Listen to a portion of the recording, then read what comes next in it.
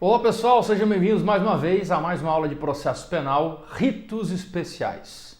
Estamos trazendo aí uma sequência de ritos especiais. Vocês já estudaram rito dos crimes contra a honra, rito dos crimes de responsabilidade dos funcionários públicos, rito da lei de drogas, rito dos crimes de falência, e vários outros. E agora nós vamos trabalhar com mais um rito processual que chama um pouquinho a atenção aqui de vocês.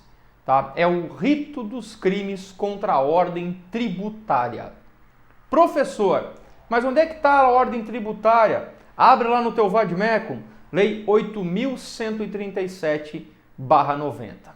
O que eu quero que vocês entendam dessa Lei 8.137/90 é que você vai ler essa lei ela contém 23 artigos, tá? E você não vai encontrar ao longo dos 23 artigos nenhum artigo de lei que diga qual rito processual eu devo utilizar. Olha que loucura! Tá, professor, mas peraí então. Sim, você vai na verdade ter que utilizar no rito dos crimes contra a ordem tributária a regra da escolha do rito que nós estudamos lá no início do curso. Lá no início do curso, quando eu identifiquei que se a pena máxima é de até 2 anos, então eu vou ter juizado especial, rito sumaríssimo. Se for superior a 2, possui rito especial. Se possuir, usa. Se não possuir, é superior a 2 e inferior a 4, rito sumário. É igual ou superior a 4, rito ordinário. Esse é o cenário. Mas eu estou trazendo justamente porque é o seguinte. Nós vamos encontrar aqui, nessa linha de raciocínio, tá? Alguns artigos interessantes. Eu vou fazer uma abordagem com vocês aqui, dentre eles, para a gente poder entender. Primeiro, nós começamos a lei, da lei dos crimes contra a ordem tributária com os crimes praticados por particulares. Lá no seu artigo 1º e seus 5 incisos, atribui ao agente uma pena de 2 a 5 anos para aquele que suprime ou reduz tributos. Não esqueçam, e vocês vão estudar isso mais para frente, de que para que o Ministério Público possa automaticamente processar alguém na esfera criminal, é necessário ter um negócio chamado lançamento definitivo do tributo.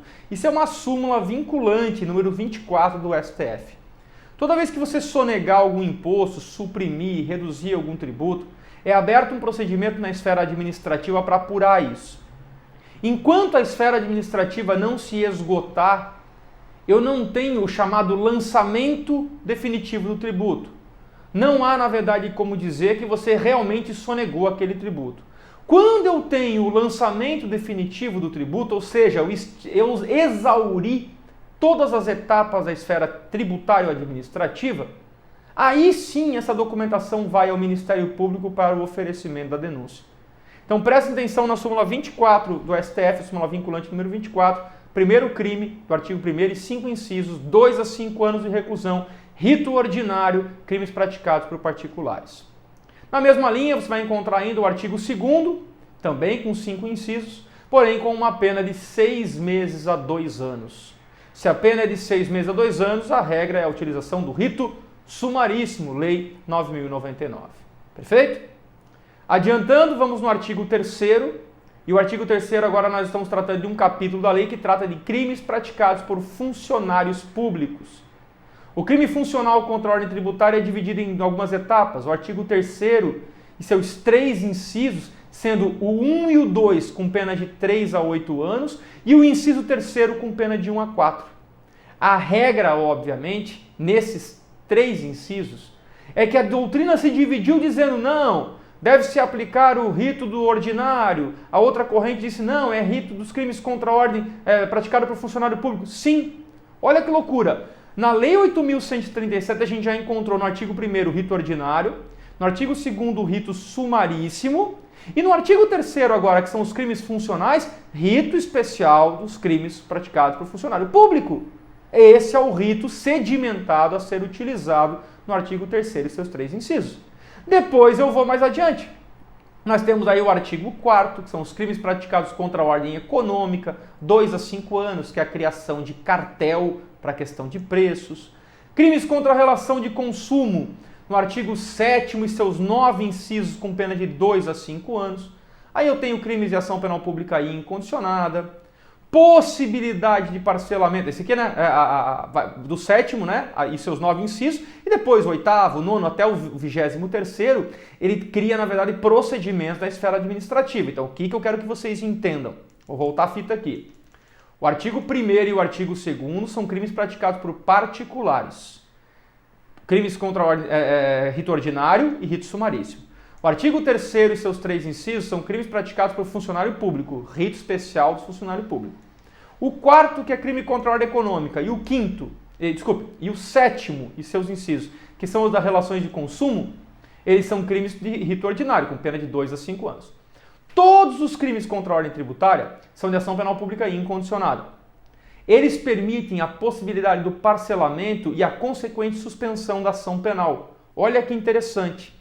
Eu tenho uma tese aceita no STF através de um habeas corpus número 362478, que diz que com a quitação do tributo, ainda que após o trânsito em julgado, extingue-se a punibilidade do agente. A intenção do Estado aqui é tão grande em receber o tributo desviado, sonegado, reduzido, que se você sonegar um tributo, você vai responder administrativamente, haverá o exaurimento na esfera administrativa e o lançamento do crédito tributário. Lançou-se o crédito tributário, você fica devedor do fisco, municipal, estadual ou da União, e o Estado, a União vem, o Ministério Público vem, e processa você criminalmente. Ao processá-lo criminalmente, você pode parcelar esse tributo.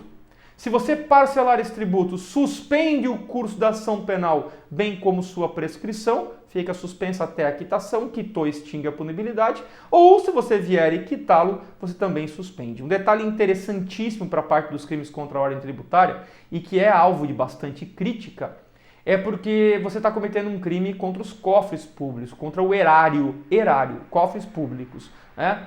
E se você ressarce o erário, ressarce os cofres públicos, você tem o teu processo suspenso até a sua extinção com a quitação.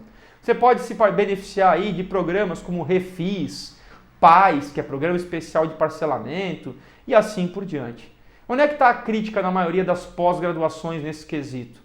É que se você pratica um crime contra o patrimônio de um particular, como por exemplo um furto, e mesmo que você restitua a coisa no curso do processo, o máximo que você tem é uma atenuante, não tem a extinção da punibilidade.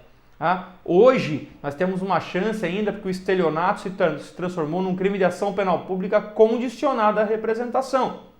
Mesmo assim, certo? Se você me representa e eu respondo o processo pelo estelionato, se eu fizer a restituição da coisa durante a ação penal, no máximo que eu vou ter é uma atenuante.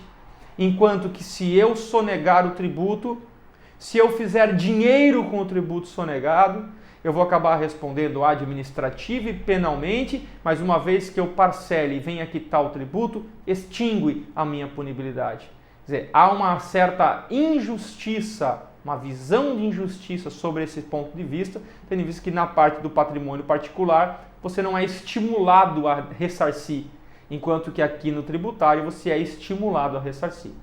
Então percebam, uma lei com 23 artigos, a 8.137/90, uma lei que não trata de ritos, mas uma lei que traz no seu bojo artigo 1º, 2º, 3º, artigo 4º e 7º com crimes, e dentre todos esses crimes você tem rito ordinário na maioria deles, pela regrinha de como identificar os ritos, rito sumaríssimo no artigo 2º e rito especial dos crimes de responsabilidade dos funcionários públicos no seu artigo 3º, incisos 1, 2 e 3. Perfeito? Aqui então, mais um rito especial para nós avançarmos o nosso conteúdo de processo penal, ritos especiais. Um abraço a todos, bons estudos e até o nosso próximo encontro.